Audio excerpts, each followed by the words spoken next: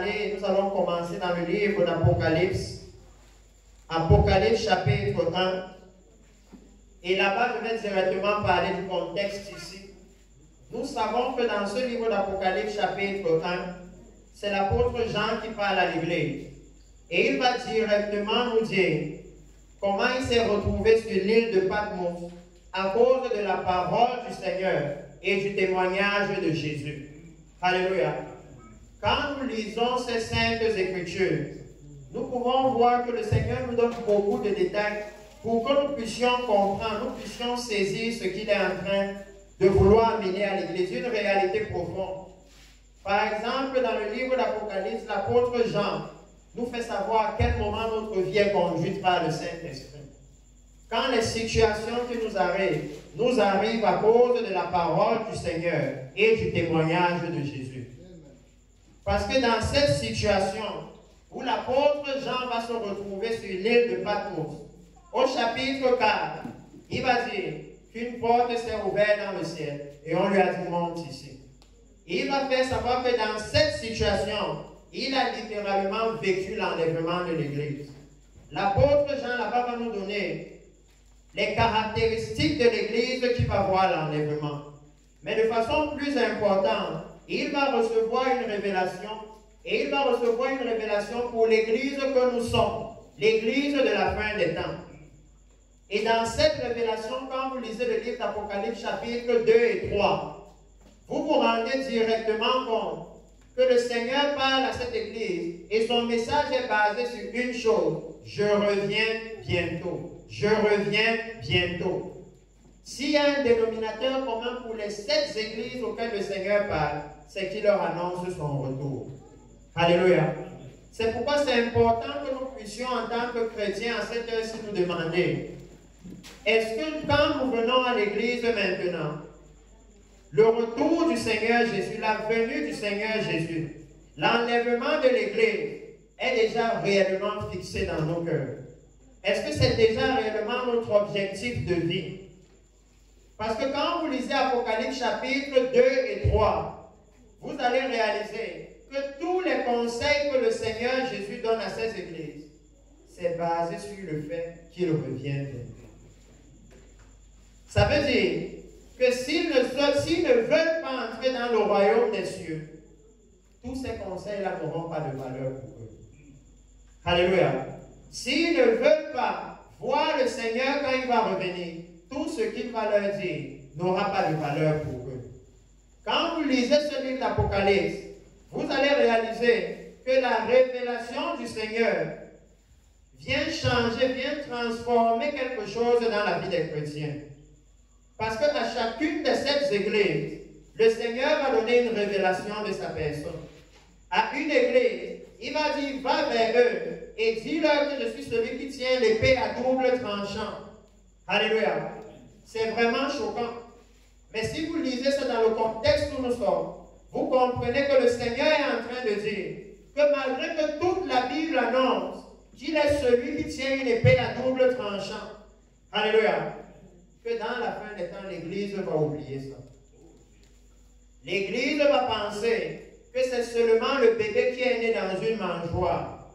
Et si vous lisez ce dont nous a parlé cette fin d'année, dans le livre d'Apocalypse chapitre 2, vous vous rendez compte que dans la fin des temps, au moment où sa venue est proche, alléluia, le Seigneur rappelle à une église qu'il est celui qui tient l'épée à double tranchant. Alléluia. C'est choquant. C'est un peu comme un père qui envoie quelqu'un rappeler à son enfant que dis-lui que dans la maison, c'est moi qui tiens la chicotte. Oh oui. Donc nous allons lire cela dans le livre d'Apocalypse chapitre 2, à partir du verset 12. Et pour nous, nous avons reçu ce message dans un contexte précieux peu. Parce que je sais que certains ont suivi le meeting de fin d'année. Et je veux profiter de ce moment pour vous donner une petite explication de ce que vous avez vu et de pourquoi vous avez vu ces choses. Pourquoi dans ce meeting, comme Papa Jean disait ici, nous avons pu voir quelqu'un dire que je vais passer au milieu de vous et seulement à mon ombre, les yeux des aveugles vont s'ouvrir. Vous pouvez réaliser par là plusieurs choses, comme par exemple que l'onction du temps des apôtres bibliques est dans l'Église.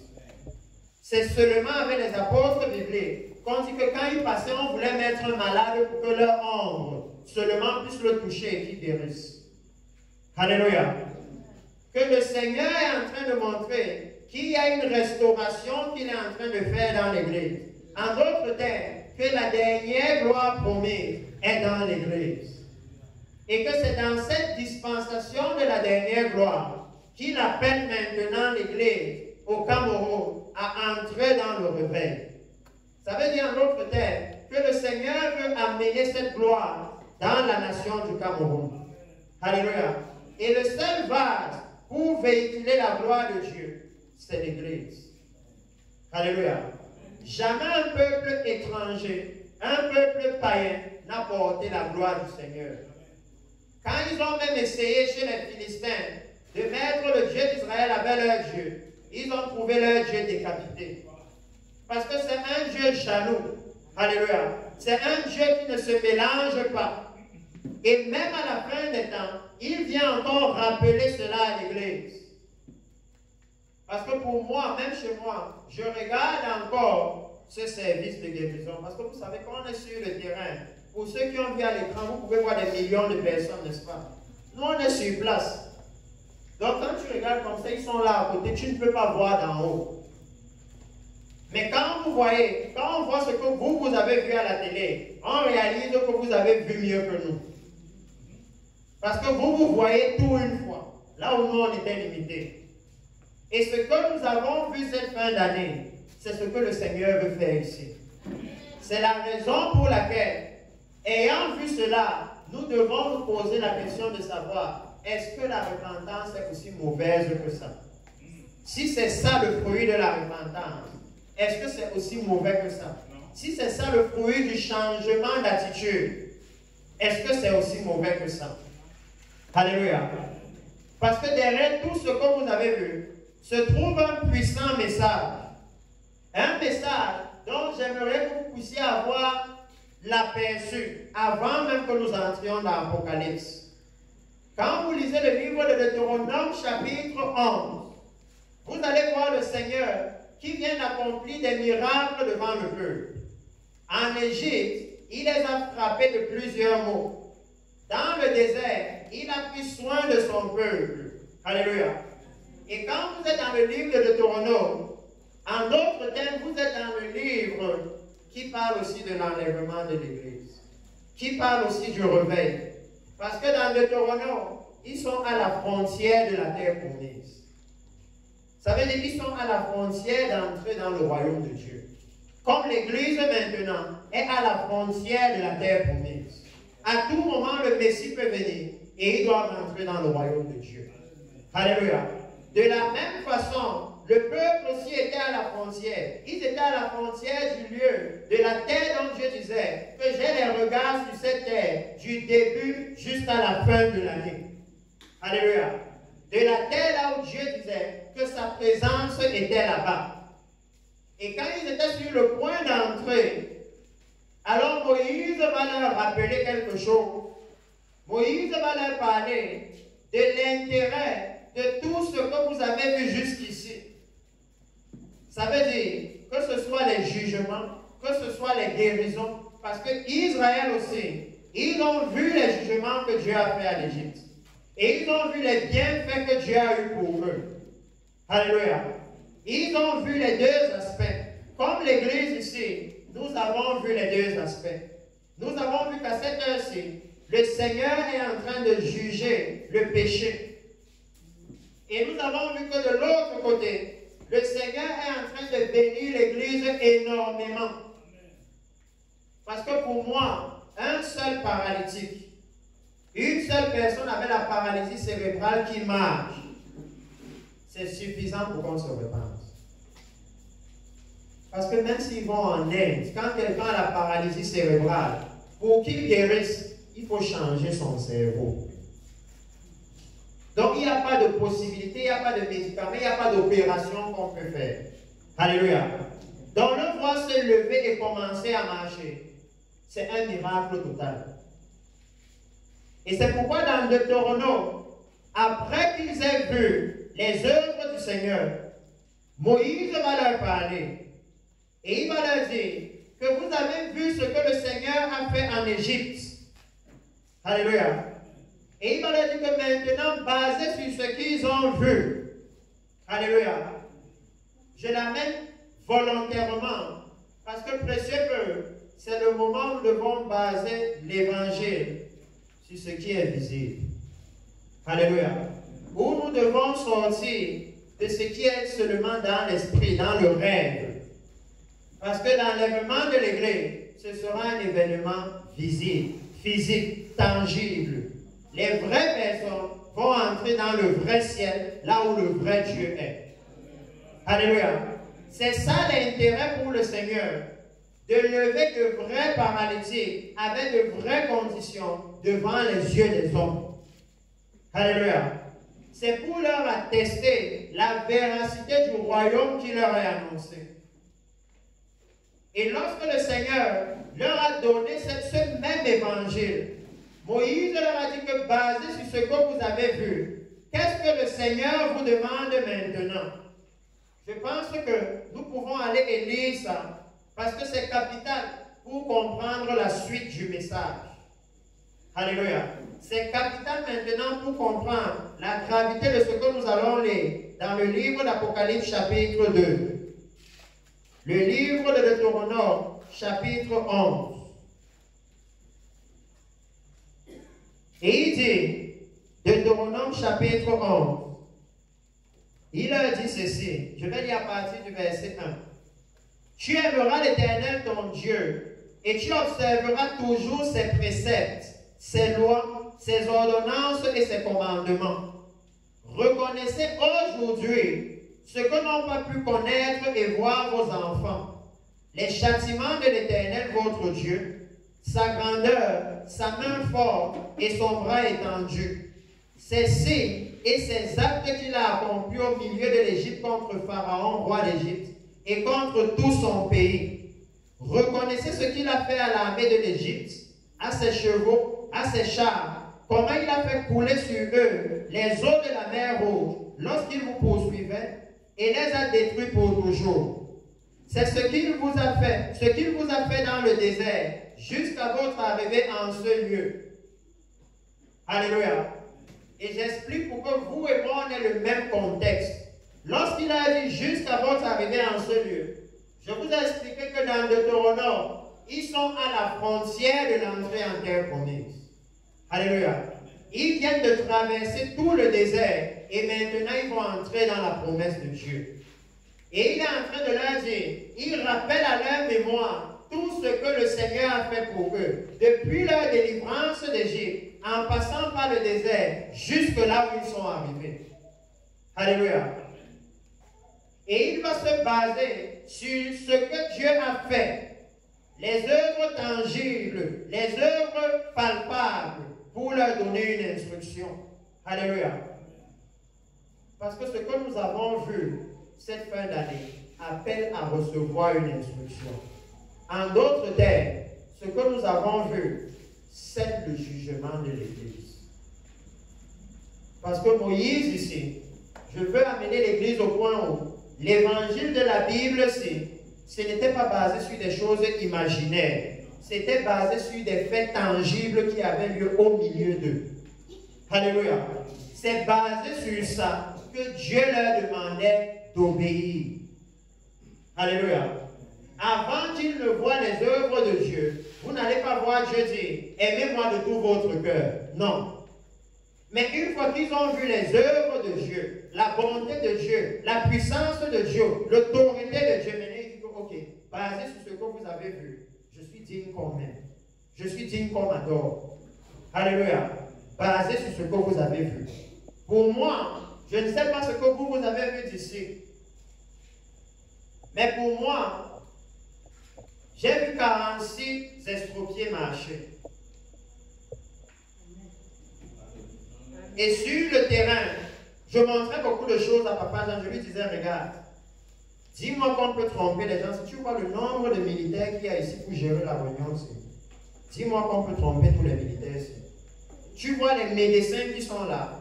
Ce sont les top médecins du gouvernement. Il y avait même les médecins de l'UNESCO, de l'ONU. Alléluia. Pour moi, j'ai vu ça. Et maintenant, quelle est la gravité de ce que j'ai vu par rapport au salut? Qu'est-ce que ça nous instruit? Parce que cette chose, ce n'est pas un spectacle que le Seigneur fait. Alléluia. Comme Papa Jean a dit, il n'y avait pas besoin d'offrande. Donc, ce n'est pas ainsi où on doit payer l'entrée pour venir voir quelque chose. Alors, la question qu'on doit se poser, c'est pourquoi est-ce que le Seigneur fait ces choses? Alléluia. Et la réponse est dans la Bible. Parce que ici, il a dit, reconnaissez ce qu'il a fait dans le désert jusqu'à votre arrivée en ce lieu. Ce qu'il a fait à Dathan et à Abiram, fils d'Eliab, fils de Ruben, comment la terre ouvrit sa bouche et les engloutit avec leurs maisons et leurs tentes, et tout ce qui était à leur suite, au milieu de tout Israël. Et il dit au verset 7, car vos yeux ont vu toutes les grandes choses que l'Éternel a faites. Alléluia. Ça veut dire qu'il a dit que vous avez été témoins. Alléluia. Vous êtes témoins de ces choses. Parce que je veux qu'à partir de ce soir, précieux peuple, que nous ne prenions plus les œuvres de Dieu à la légère. Parce qu'au moment où nous sommes, pour ceux qui sont sur des plateformes avec nous, en ce moment-ci, si quelqu'un qui écoute anglais, peut-être l'évangéliste Constant ici, écoute la radio au Kenya, vous allez entendre des familles. Par exemple, il y a une famille entière là où tous les enfants étaient estropiés. Tout le monde marche aujourd'hui. Peut-être sur 4 années successives, chaque année le Seigneur a levé un paralytique. Aujourd'hui, tous marchent. Vous ne pouvez pas dire à ces gens de ne pas adorer Dieu. C'est impossible. Même s'ils ne connaissent pas la Bible, ils vont vous citer les faits. Tu vas fermer ta Bible là. Parce que les faits parlent plus fort que les simples paroles. Alléluia. Vous ne pouvez pas leur dire. Et au moment où nous sommes, pendant que nous y étions, le dernier jour de la conférence, un gouverneur est venu et il a invité l'homme de Dieu. Il lui a dit, viens dans ma région. Au moment où on parle, ils ont trouvé un terrain de plus de 100 hectares. Cette région a littéralement créé une nouvelle route pour aller jusqu'à ce terrain. Regardez comment l'Église est en train de changer une nation. Ils changent la carte de toute une région parce qu'il n'y avait pas de route là-bas. Maintenant, les tracteurs sont en train d'ouvrir la route, de créer un nouveau lieu. Parce que l'on dit que le Seigneur va venir visiter les paralytiques pour marcher. Ça seulement, c'est censé montrer à l'Église l'impact réel que l'Église devait avoir, de façon palpable, même sur le développement d'une nation. Que rien que l'impact de l'Église, au lieu de se plaindre qu'on n'a pas les routes, c'est le gouvernement qui fait. Là-bas, le gouvernement ouvre les routes à cause de l'Église. C'est l'inverse. Donc le Seigneur a dit, dans le livre de Deutéronome, que basé sur les faits, basé sur ceux dont leurs yeux ont témoigné, il dit, car vos yeux ont vu toutes les grandes choses que l'Éternel a faites. Ainsi, vous observerez tous les commandements que je vous prescris aujourd'hui. Vous voyez sur quelle base le Seigneur nous demande l'obéissance. Et c'est ça qui a été le gros problème de l'Église. C'est que beaucoup de faux prophètes, de faux apôtres sont venus. Les faits ne sont pas là, mais on demande l'obéissance. Alléluia.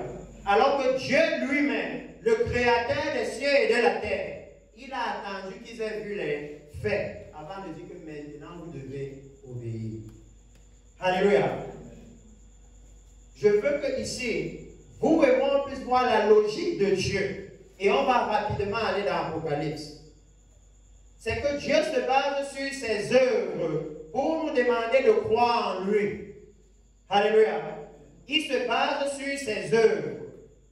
Ça veut dire qu'à partir de maintenant, la foi de l'Église ici devrait être basée sur des faits, sur des œuvres palpables, physiques. Alléluia. Nous devons arrêter de baser notre foi sur des imaginations, sur des songes, sur des visions. Non, Moïse a basé ça sur ce qu'ils ont vu Dieu faire. Parce que le Dieu que nous servons, c'est un Dieu vivant. Alléluia. Il agit. Et ici, il va continuer à leur dire, ainsi vous observerez les commandements que je prescris aujourd'hui. Et c'est le but qui m'intéresse beaucoup. Parce que quand vous regardez le but, il dit, afin que vous ayez la force de vous emparer du pays où vous allez passer pour en prendre possession. Alléluia. Le Seigneur dit ici que les instructions que l'Église reçoit, la qualité de ces instructions a un impact sur le réveil. Il dit que c'est seulement s'ils reçoivent ces commandements-ci qu'ils auront la force de s'emparer du pays. Le Seigneur est en train de dire qu'il y a un type de message qui vient dans l'Église et qui endort plutôt l'Église. Qui fait que les ministères meurent, les pasteurs ne s'occupent plus des peuples, les évangélistes n'évangélisent plus. L'Église se perd complètement. L'Église n'a plus la force de faire son travail, qui est de conquérir la nation pour Jésus. Alléluia. Ça veut dire que quand vous voyez une Église qui n'a plus cette force, qui n'a plus cette capacité, vous devez commencer à questionner les instructions que cette Église reçoit, à questionner les œuvres qui se passent dans cette Église. Parce que ici, il est en train de dire que quand ce sont les œuvres de Dieu, couplées aux instructions de Dieu, ça donne la capacité à l'Église. Alléluia. D'aller et de gagner tout le pays. Alléluia. Donc l'Église, à partir de cette heure, doit questionner ces choses. Que quel est ce message qui est dans l'Église? Quelles sont ces œuvres dont nous parlons dans l'Église qui endorment plutôt l'Église, qui rendent plutôt la vie chrétienne faible, qui nous éloignent plutôt de la sainteté, de la justice, qui nous font plutôt ne plus être capables d'évangéliser Jésus aux autres. Parce que ici, Dieu a donné clairement le schéma de comment est-ce que lui-même il amène l'évangile. Et vous le voyez dire qu'afin que vous ayez la force de vous emparer du pays où vous allez passer pour en prendre possession, et afin que vous prolongiez vos jours dans le pays que l'Éternel a juré à vos pères de leur donner. Ça veut dire, afin que vous ayez la vie éternelle. Alléluia. Je lis ça parce que le commandement dont il parle ici, ça ressemble beaucoup à repentez-vous car le royaume des cieux est proche. Parce que si l'Église se repent, alors ils entrent dans le royaume éternel de Dieu. Et il dit que le pays que j'ai juré à vos pères de vous donner, que vous prolongiez vos jours là-bas, que vous viviez là-bas éternellement, comme on dit, repentez-vous, le royaume de Dieu est proche. Si vous vous repentez, vous entrez dans le royaume de Dieu, c'est pour la vie éternelle. Que ça ressemble beaucoup à ça, quand vous lisez le livre de Deutéronome. Donc si nous pouvons prendre ces écritures et coupler cela à ce que nous avons vu jusqu'ici, alors l'Église, chacun d'entre nous peut se poser la question que est-ce que le message de la repentance vient donc pour nous faire du mal? Chacun d'entre nous peut se poser la question. Parce que le message du Seigneur ici est clair. Il dit que ce message est accompagné de signes palpables, visibles, tangibles. Alléluia. Ce n'est pas un évangile de l'imaginaire que Moïse leur a prêché. Ce n'est pas un évangile de l'imaginaire que Paul a prêché, que Pierre a prêché. Il y avait les faits. Alléluia. Et à partir du moment où les faits sont là, les faits forcent le respect. Les faits imposent de se soumettre à cet évangile. Donc, ayant vu ces œuvres, quel est le message que nous avons reçu? Alléluia. Après que nous ayons vu 2 jours de service de guérison, avec plusieurs types de guérison, quel est le message que nous avons reçu? Lorsque nous avons fini de voir ces œuvres, et ce que je lisais ici, c'est pour nous aider à capter l'instruction. En d'autres termes, à comprendre comment le Seigneur parle. Pourquoi il fait ces miracles et qu'après, maintenant, il vient donner l'instruction. Même comprendre pourquoi ce meeting était comme ça. Qu'il y a d'abord eu service de guérison. Après, maintenant, on leur a donné l'instruction. Parce que quand Moïse était ici, il a d'abord fait les œuvres. Et puis quand ils ont bien vu les œuvres, il leur a maintenant dit que bon, basez maintenant sur ce que vous avez vu. Vous devez croire au message aussi. Alléluia. Et c'est la même logique que Dieu a toujours suivie dans sa parole. Parce que même le Seigneur Jésus, quand il était là, la Bible vous dit dans Jean que Jésus était à un moment choqué. Parce qu'il disait que malgré tout ce que les Juifs avaient vu, ils ne croyaient toujours pas. Il était choqué. Ils ont déjà vu tellement de choses. Au point où il disait même que non. Quelle œuvre nous montres-tu? Et il était dépassé que malgré tout ce que vous avez vu, vous ne croyez pas et vous demandez encore quelque chose. Donc dans le livre d'Apocalypse chapitre 2 au verset 12, parce que ce que je disais là maintenant, c'était juste une introduction. Pour qu'à partir d'ici, vous et moi, on puisse prendre l'instruction, une partie de ce qui nous a été dit au moment de la conférence. Alléluia. Après qu'on ait vu ses œuvres, qu'on ait pu les palper, les toucher du doigt, Papa Jean était assis sur l'autel avec les paralytiques et les aveugles qui voyaient. Ça veut dire qu'ils étaient proches de lui comme ça. Alléluia. Après ça, quelle est l'instruction que nous avons reçue? Apocalypse chapitre 2 verset 12. Et la Bible dit, écrit à l'ange, et je vais lire comme cette version le dit, écrit à l'ange, en parenthèse, au messager divin de l'église de Pergame. Alléluia. Rien que ça m'a fait sursauter quand j'ai lu cette version de la Bible. Parce que toute l'église sait que quand le Seigneur dit écrit à l'ange de telle ou de telle église, il parle aux responsables de cette église-là. Alléluia.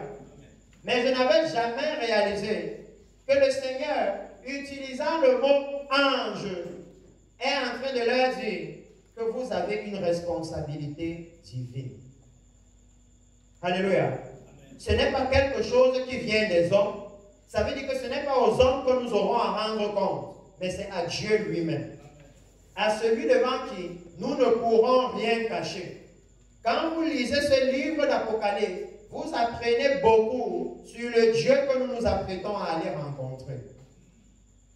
Parce que ici, il dit, écrit à l'ange, au messager divin de l'église de Pergame, voici ce que dit celui qui a l'épée aiguë à deux tranchants. Je sais où tu demeures. Je sais que là est le trône de Satan. Alléluia. Le Seigneur nous fait savoir que chacun d'entre nous, il nous connaît. La Bible dit même quelque part, il dit, je ne te connais pas à ton nom. Alléluia. Il nous connaît. Il sait là où chacun habite. Il connaît la situation de chacun. Il sait ce que chacun traverse. Il connaît même le péché que chacun cache. Il connaît déjà. Et il dit ici, tu retiens mon nom, tu n'as pas renié ma foi, même au jour d'Antipas, mon témoin fidèle, qui a été mis à mort comme un martyr chez vous, là où Satan a sa demeure. Donc vous voyez le Seigneur ici, apprécier l'église de Pergame. Alléluia. Il les apprécie. Il dit non, vous avez retenu le nom de Jésus. Ça veut dire, quand ils vont partout, ils marchent dans la rue. Il parle de Jésus aux gens. Alléluia. Il dit non, tu n'as pas renié ma foi. Ça veut dire que tu as continué de professer le nom de Jésus, d'élever le nom de Jésus, de parler de lui partout. Il dit que même quand Antipas, le témoin fidèle, est mort, pour que vous voyez un peu le standard de cette église, c'est ce que nous ici, physiquement, on ne vit pas. Ça veut dire, imaginez que quelqu'un sorte ici pour prêcher Jésus et on l'arrête comme on fait dans les pays musulmans et on l'immole là devant nous. Que voilà ce qu'on fait ici à ceux qui prêchent Jésus. Alléluia. Et le Seigneur dit que malgré ça, malgré qu'ils ont vu comment on a tué Antipas, ils n'ont pas abandonné Jésus. Ils ont continué à dire qu'ils sont le peuple de Jésus. Alléluia. Ils ont continué à s'accrocher à Jésus. Et regardez maintenant ce que le Seigneur va dire au verset 14. Mais j'ai quelque chose contre toi. C'est que tu as là des gens parmi vous attachés à la doctrine corruptrice de Balaam, qui enseignait à Balak à mettre une pierre d'achoppement devant les fils d'Israël, les séduisant pour qu'ils mangeassent les viandes sacrifiées aux idoles et qu'ils se livrassent à l'impudicité. De même, toi aussi, tu as des gens attachés pareillement à la doctrine des Nicolaïtes. Repends-toi donc. Et écoutez comment cette Bible définit la repentance. Repends-toi donc, change ton soi intérieur, ton ancienne manière de penser, ton comportement blâmable. Cherche la volonté de Dieu, sinon je viendrai à toi bientôt et je les combattrai avec l'épée de ma bouche. Alléluia. Alors que le Seigneur est en train d'élever la foi de cette église, il dit que vous n'avez pas renié son nom. Même quand les temps étaient durs, ils ont continué d'aller à l'église. Alléluia. Le Seigneur élève le fait que malgré tous ces points positifs qu'ils avaient, lorsque la moindre corruption est entrée au milieu d'eux, il change et il prend l'épée. Alléluia. Le même Dieu que nous adorons, le Dieu que nous célébrons, il élève le fait que lorsqu'il se corrompt, lorsqu'il laisse, en d'autres termes, les faux enseignements venir dans l'Église, les fausses doctrines venir dans l'Église, le même Seigneur qui vient enlever l'Église pour les amener au ciel, il prend plutôt l'épée contre eux. Alléluia. Je ne sais pas si l'Église ici est au courant que le Dieu que nous servons, c'est le Dieu qui peut se tourner contre nous et nous combattre volontairement. Parce que généralement, l'Église aime dire c'est l'ennemi, c'est l'ennemi. Et vous voyez ici le Seigneur élever la gravité, le rôle des faux prophètes, le rôle des faux enseignants dans l'Église. Parce qu'il va prendre le rôle que Balaam a joué. Balaam, c'est un voyant qui est venu vers Israël. Il est dans le livre de Nombres. Quand Israël entrait effectivement en terre promise. Et vous pouvez voir là-bas que Israël était dans le réveil. C'était le réveil spirituel. La nuée de Dieu était au milieu d'eux. Ils étaient nourris de la manne qui venait du ciel directement. Ça veut dire que la révélation de Dieu coulait au milieu d'eux. Ils connaissaient Dieu. Alléluia. Et alors un roi va appeler. Il va appeler Balaam et lui dit, viens, maudis ce peuple. Je sais que la personne que tu maudis est maudite et la personne que tu bénis est bénie. Et quand Balaam va venir, Balaam va essayer de les maudire par 3 fois, il ne va pas réussir. À chaque fois, il va plutôt les bénir. À chaque fois, il va plutôt les bénir. Et alors le roi qu'il a appelé, le roi Balak, va se mettre en colère. Et il va lui dire que je t'ai amené pour les bénir. Pour les maudire, pardon. Mais maintenant, tu ne fais que les bénir. Et c'est en train de te faire perdre les richesses que j'allais t'offrir. Et quand Balaam va partir, Balaam va maintenant lui donner le secret, qui est le même secret pour nous, l'Église. Balaam va dire à Balak que je sais que leur Dieu, c'est un Dieu jaloux. Il ne se mélange pas. Tu n'as pas besoin de maudire les gens là. Parce que si vous lisez cette histoire, Balaam ne les a pas maudits après. Balaam va simplement dire à Balak, envoie-leur des femmes moabites. Quand ils vont se mélanger à elles, c'est leur propre Dieu qui va les combattre. Alléluia. Et il va dire, non, donne-leur les femmes étrangères. Quand ils vont s'allier aux femmes étrangères, parce que leur Dieu est contre ça, c'est lui qui va les combattre. Alléluia. Et il dit que ce que Balaam a fait, c'est ce que la Bible décrit ici. Il a amené une doctrine corruptrice. Il a amené la corruption au milieu du peuple.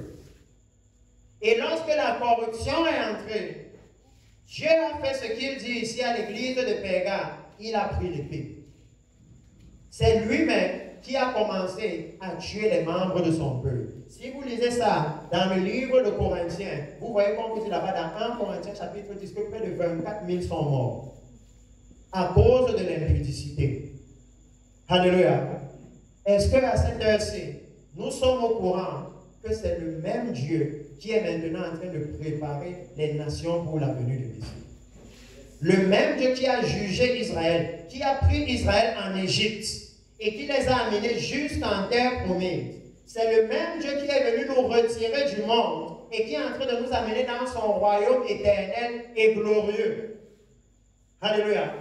Et maintenant, imaginez, si la terre promise, qui était une terre physique, déjà souillée par les Amoréens, par ceux qui vivaient là-bas avant, par les Cananéens, alléluia. Si pour entrer là-bas, Dieu était si regardant par rapport au péché, alléluia, sur un territoire qui est dans cette terre souillée-ci, à combien plus forte raison Dieu est regardant pour entrer dans le ciel là où lui-même il habite. Si pour entrer sur une terre physique, il était sévère comme ça envers eux, combien pensez-vous que Dieu sera sévère pour ceux qui veulent entrer dans l'éternité avec lui? Alléluia. Si pour les choses temporaires de ce monde, c'était une terre temporaire, alléluia. Parce que la Bible nous dit que quand il a promis cette même terre à Abraham, Abraham n'a pas géré ça. Abraham lui regardait à la Jérusalem céleste. Il ne voulait pas Canaan qui est temporaire, là où il va vivre et il va mourir. Mais il voyait directement la Jérusalem céleste, là où il va entrer et demeurer éternellement. Donc si pour les choses temporaires, Dieu pouvait montrer sa sévérité de cette façon, à combien plus forte raison pour l'Église maintenant, au moment où nous aussi, comme Israël, nous sommes confrontés aux mêmes situations. Nous avons vu les œuvres de Dieu et basé sur ces œuvres, Dieu nous demande maintenant d'obéir à son évangile. Alléluia. Il nous demande maintenant que basé sur ce qu'on a vu, maintenant on peut s'appuyer sur ça et dire qu'à partir de maintenant, l'immoralité sexuelle c'est fini. À partir de maintenant, les fausses doctrines c'est fini, l'injustice c'est fini. À cause de ce que j'ai vu, il y a quelque chose de palpable sur quoi tu peux t'appuyer. Alléluia. On peut s'appuyer sur ça et réaliser que si Dieu peut faire autant de bien aux gens, alors laisse-nous aller commencer à l'évangéliser là-dehors. Nous pouvons nous appuyer sur ces œuvres, même pour que le Seigneur restaure notre ministère. Et il dit que maintenant que nous avons vu ces œuvres, nous devons savoir que cela nous contraint, alléluia, à obéir à l'évangile, à l'obéissance au commandement du Seigneur. Et dans le livre de 1 Jean, il dit que ces commandements ne sont pas bénis. Alléluia. Ces commandements ne sont pas bénis. C'est pourquoi ici, vous voyez le Seigneur mettre l'emphase. L'église de Pergame, c'est un type, ça veut dire une représentation de l'église de la fin des temps. Le Seigneur élève l'un des problèmes qu'il y aura dans l'église de la fin des temps. Et si vous voyez très bien où le Seigneur parle, parce que c'est comme ça qu'on nous parlait, il parle de la corruption commençant par le pupitre. Parce qu'il parle à l'ange de l'église, au responsable. Alléluia. Et quand il parle de la corruption commençant par le pupitre, il parle aussi de la corruption commençant dans nos cœurs. Alléluia. Parce que le pupitre, c'est le cœur de l'église. C'est là-bas que le message est donné. Et le message là est censé purifier l'église. De la même façon que la Bible dit, garde ton cœur plus que toute autre chose. Parce que de lui viennent les sources de la vie. Alléluia.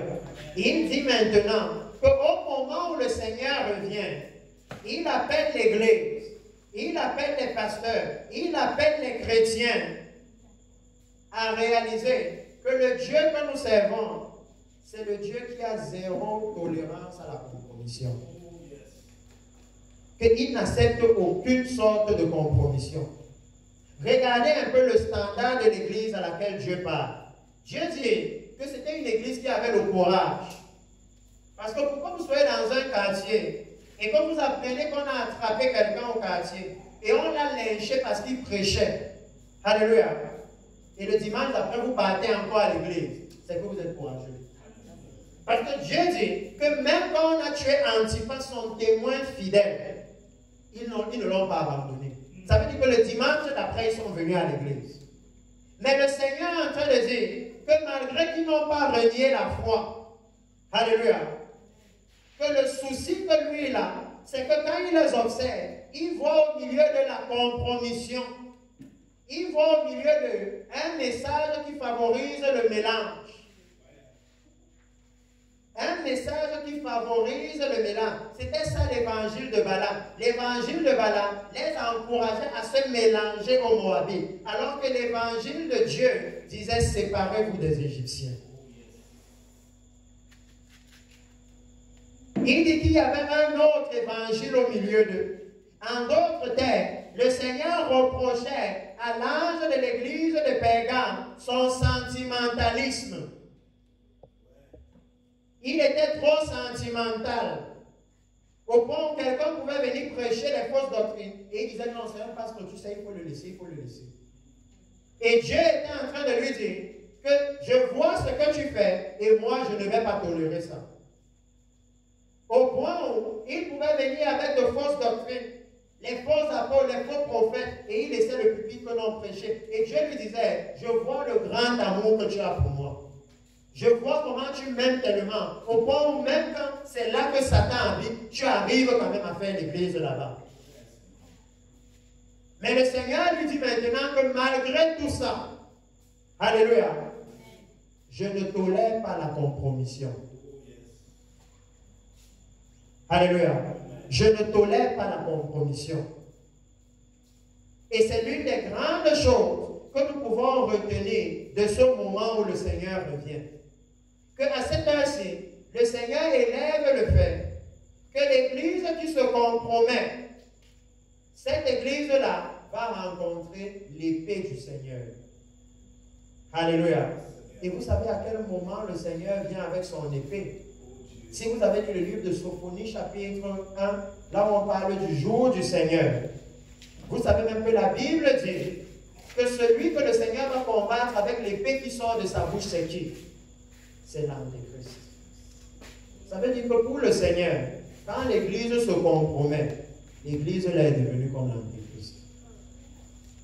Parce que le même jugement qu'il donne à l'Antéchrist, il dit maintenant que c'est la même chose pour eux. Que pour eux, va et dis-leur que je suis celui qui tient l'épée dans sa main. Alléluia.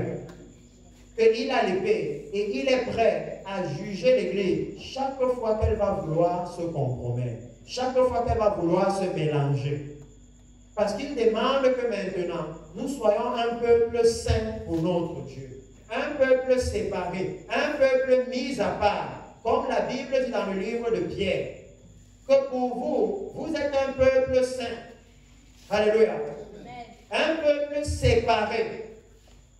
C'est ce que le Seigneur demande à l'Église à cette heure-ci. C'est ce que ces signes doivent faire comprendre à l'Église à cette heure-ci. Que sur toute la face de la terre, il n'y a pas un autre peuple dont le Dieu vient visiter et les paralytiques se lèvent en cascade. Que basé sur ça, vous serez un peuple qui m'appartient. C'est comme ça qu'il parlait à Israël. Et c'est la même chose que Dieu est en train de reproduire avec l'Église maintenant. Il est en train de donner à l'Église suffisamment de preuves, alléluia, pour qu'il puisse se mettre du côté du Seigneur. Suffisamment de preuves pour qu'il puisse choisir d'être de son côté. Et vous voyez comment à l'Église à Pergame, lorsque le Seigneur leur parlait, il a pointé des choses très claires pour l'Église de la fin des temps. Il a pointé les fausses doctrines, la doctrine de Balaam. Et aujourd'hui, nous voyons ces choses dans l'Église. Oh oui, parce qu'aujourd'hui, nous voyons dans l'Église beaucoup de chrétiens et de chrétiennes qui s'allient avec les non-chrétiens. Oh oui, vous pouvez simplement lire la Bible, regarder ce qui se passe dans l'Église, et vous savez laquelle des églises, à quelle des églises correspond la vôtre ici. Quand vous regardez ce qui se passe dans l'Église. Alléluia. Et à partir de là, nous pouvons maintenant amener la correction. Quand nous avons regardé dans les Écritures, la Bible dit que c'est le miroir. Ça veut dire que si on voit que dans l'Église, il y a des enseignements, il y a des façons de faire du leadership qui favorisent que le peuple de Dieu se mélange avec les non-convertis, avec les gens qui ne se préparent pas pour le royaume des cieux. alors on comprend que non, la doctrine de Balaam est entrée ici. Parce que c'était ça la conséquence de la doctrine de Balaam. C'est ça la doctrine qu'il avait amenée. Et il dit dans la suite que de la même façon, maintenant au milieu d'eux, tu as les gens attachés à la doctrine des Nicolaïtes. Donc il dit que l'Église, le peuple du Seigneur qui était là-bas, ils étaient déjà attachés à cet enseignement-là. Ils aimaient déjà cet enseignement-là. Ils étaient déjà plongés dedans.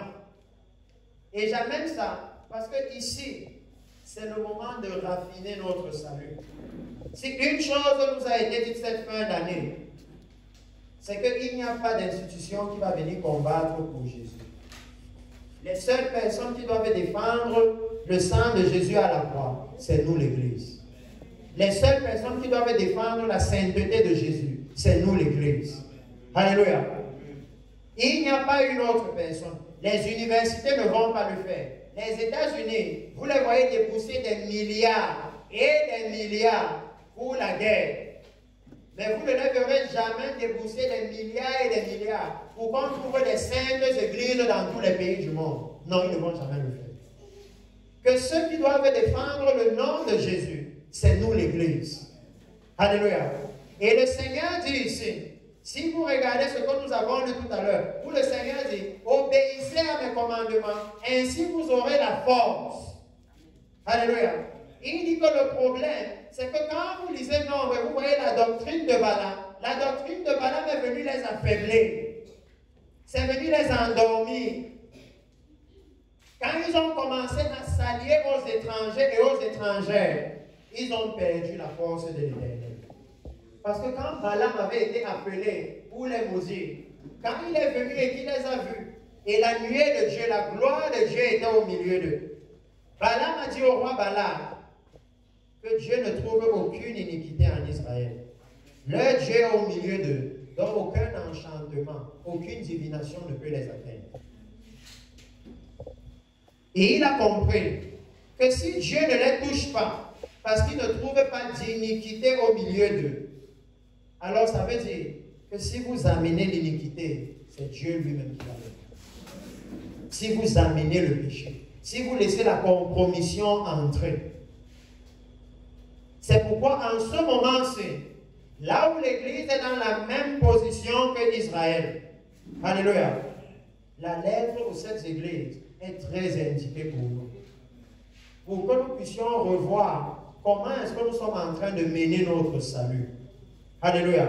Et là où nous allons trouver des manquements, là où nous allons trouver la compromission, que ce soit par rapport à l'amour de l'argent, que ce soit par rapport à la convoitise des choses du monde. Alléluia. Là où nous allons trouver la compromission, vous voyez le Seigneur donner le remède ici. Parce que le remède qu'il donne, il dit, repens-toi donc, change ton soi intérieur. Alléluia. Ton ancienne manière de penser.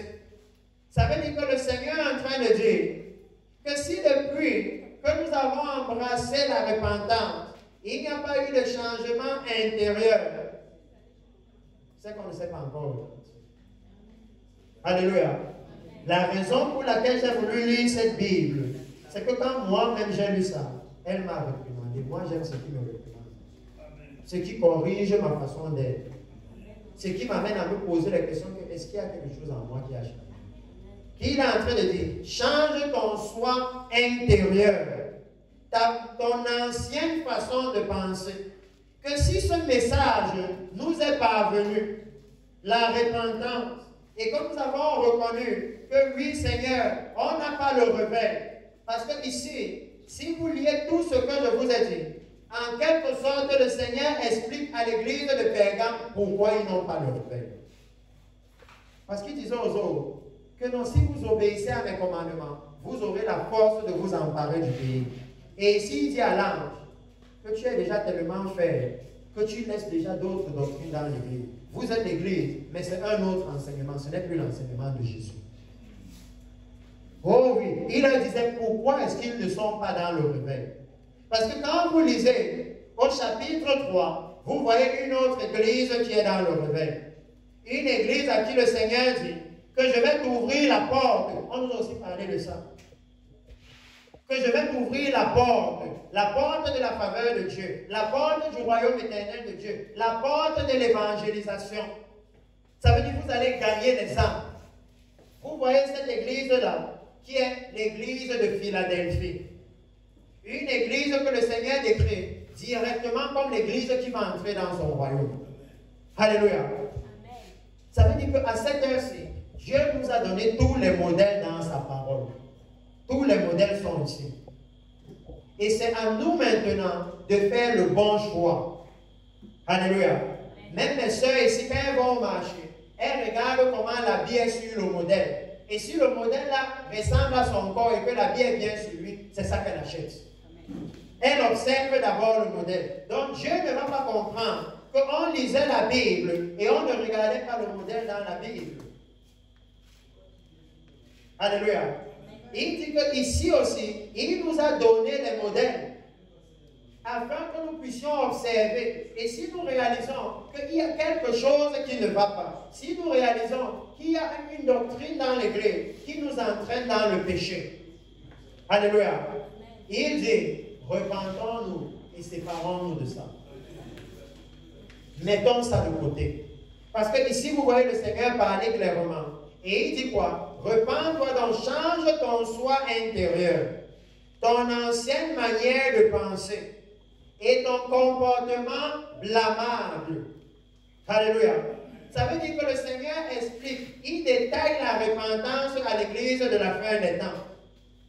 Que la repentance, c'est que ce qui n'est pas normal chez toi, ça veut dire qu'il n'est pas conforme aux Écritures. Alléluia. Il dit, ajuste ça. Change ça. Fais que ça devienne conforme à ce qui est écrit. Alléluia. Parce que c'est cette église-là que le Seigneur qualifie.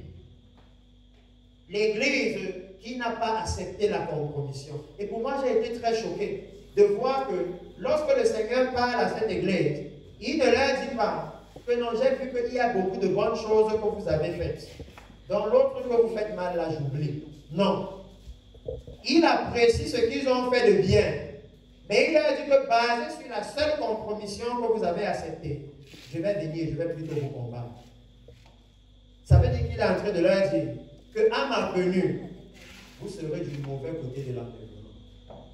Vous ne serez pas parmi ceux qui vont entrer. Vous serez plutôt du côté de ceux que je vais combattre avec l'épée de l'enfer. Vous pouvez comprendre qu'il est déjà en train de dire que l'église, si elle ne se repent pas, elle ne va pas entrer. Alléluia.